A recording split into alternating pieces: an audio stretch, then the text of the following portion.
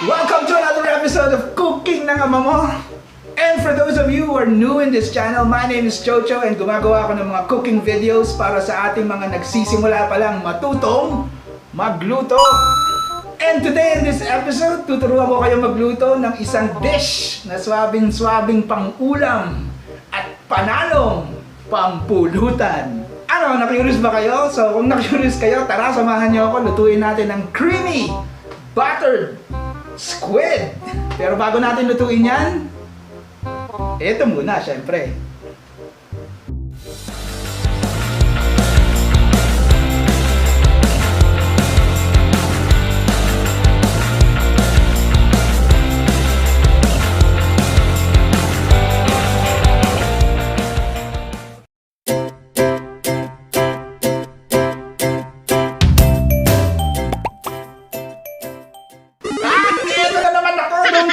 It's organic! Tara, simulan na natin isa-isahin ng mga sangkap na kakailanganin natin para mabuo natin ng creamy, buttered squid. Alright, so ang unang-una nating sangkap, syempre, yung puset. So, bumili tayo niyan. Puset na Bisaya, puset Bisaya. Hindi siya yung lumot. Yung lumot, mas mahal yon. So, itong puset Bisaya, nabili ko to. Medyo mahal rin siya ngayon eh. Mga 350 yata to, more than a kilo. So, ayan. Meron tayong puset. Of course, after nung puset, meron tayong bell pepper. And of course, meron tayong itlog. Meron tayong garlic. Meron tayong cheese, baby. Meron din tayong evaporated milk. Meron tayong sugar.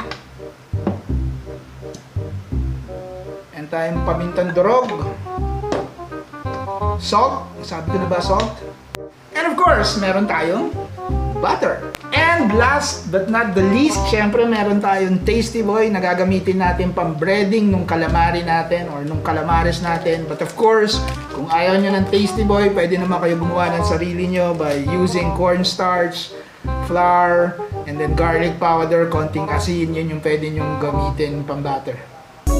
Alright, syempre yung unang-unang step sa pagluluto nito is syempre kailangan nating hugasan yung puset.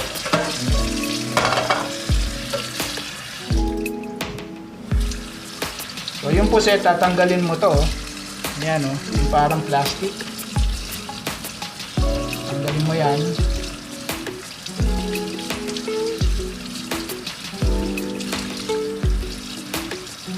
Ito, lumot to kasi itim na itim yung ink eh. Yung pusit Bisaya kasi, yung ink niyan, ito lumot to. Itim na itim eh. Yung pusit Bisaya, yung ink nun parang brownish lang, hindi siya itim. Hindi ka pares ng lumot. Mas masarap yun eh. Mas masarap yung adobo yung lumot kasi itim na itim yung ink nun. Mas malasa versus yung, ito, Bisaya to, pahaba. Hindi ko alam kung ano yung pusit Bisaya. Yung pusit Bisaya yata yung tinatawag nilang cuttlefish. And then yung lumot yata yung squid. I'm not sure. So, I could be wrong. I-comment nyo na lang. Pero parang ganun yung pagkakaintindi ko. Pusit Bisaya is cuttlefish. And then lumot is actually squid.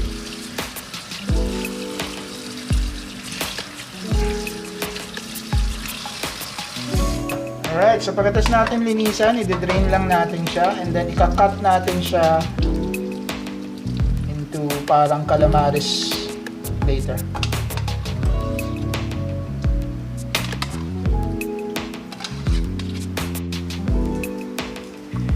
Alright, so pwede na natin dikdikin yung bawang natin, syempre. Lagatan muna natin.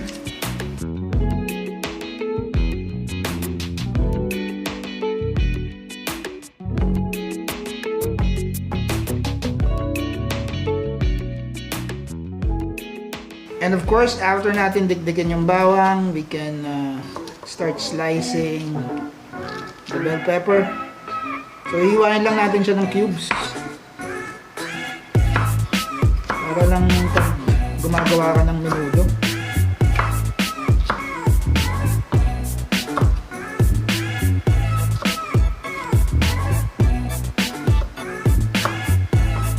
So you can use red and green pepper para maganda yung color niya pagka niluto mo. Mas appetizing.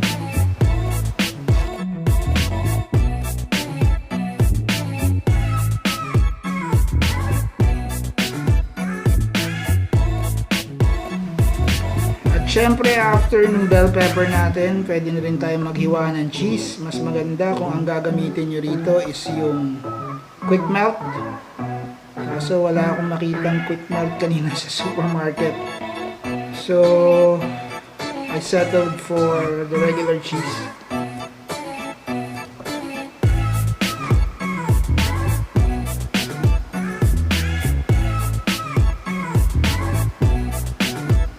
Siyempre, after slicing the cheese, we can start working on our squid. So later on, i-dip lang natin yan sa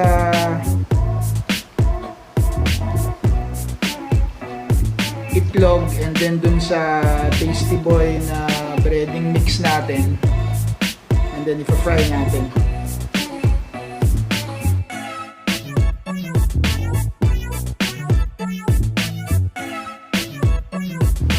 Siyempre, once we're done cutting the squid, i-prepare na natin yung pang-breading natin. So, magbabati lang tayo ng itlog.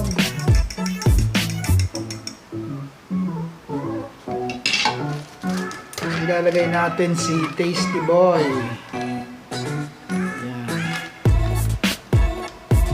So, simple lang naman to. Ang gagawin lang natin is i-dip lang natin sa itlog yung squid, tapos i-dip natin siya sa butter natin, and then tatabi natin siya for frying later on. So ganun lang ang gagawin natin.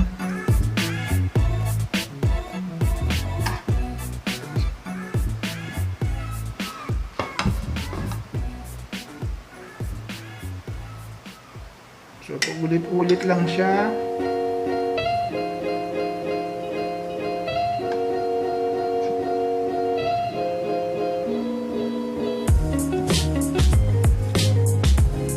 Of course, we will start the cooking process by turning on our induction cooker and then putting oil dun sa frying pan natin. And of course, pag mainit na syempre yung mantika natin, we can start frying the calamares or the squid.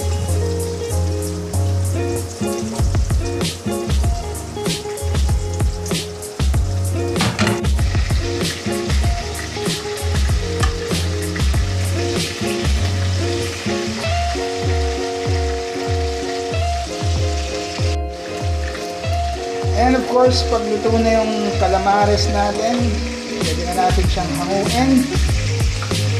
And lutuin yung mga susunod na batches.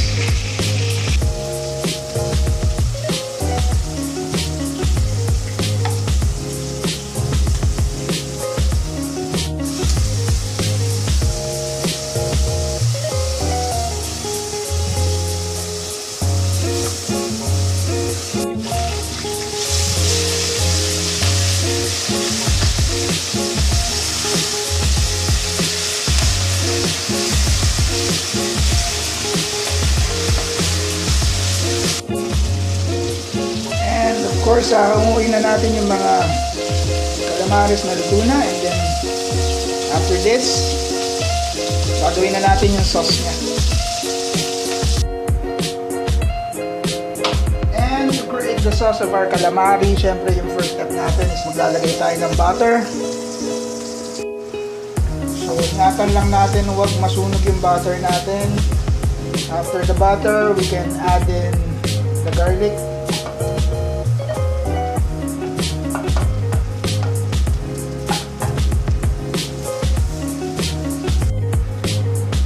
The garlic, we can add in the bell pepper.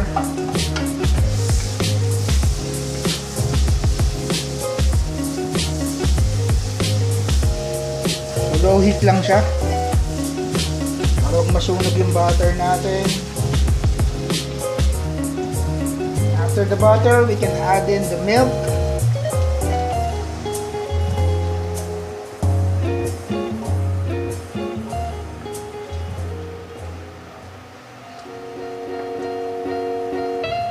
Tapos maglagay tayo ng konting salt.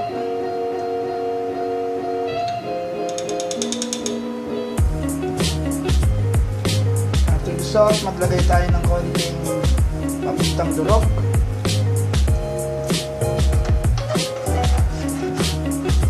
And of course, maglagay tayo ng brown sugar. Mga isa't kalahating kutsarita.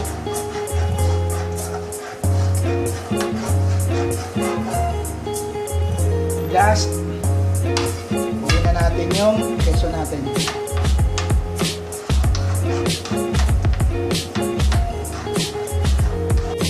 At syempre yung last step natin, i-add na natin yung calamares natin dun sa nagawa nating sauce.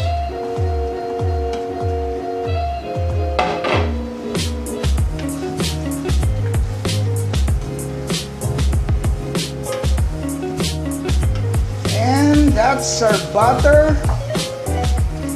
buttered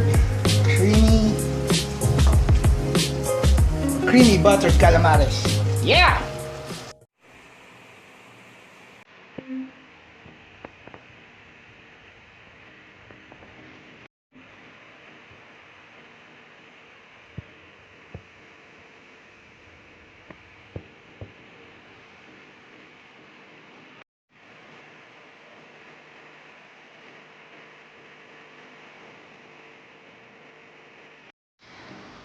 And that's it, Pansit. That's how we cook our creamy buttered calamares. I hope you liked the video. Well, subukan nyo and then comment down below kung nagustuhan nyo. And for those of you na naligaw sa channel ko, please subscribe. And of course, click the bell button para alam nyo kung may mga bagong upload ako mga videos. Ang sarap nito, grabe. Anyway, hanggang dito lang yung vlog natin. Kakain muna ako, bibili ako ng kanin sa labas. Always remember, good food, good people, good times. Red Talam!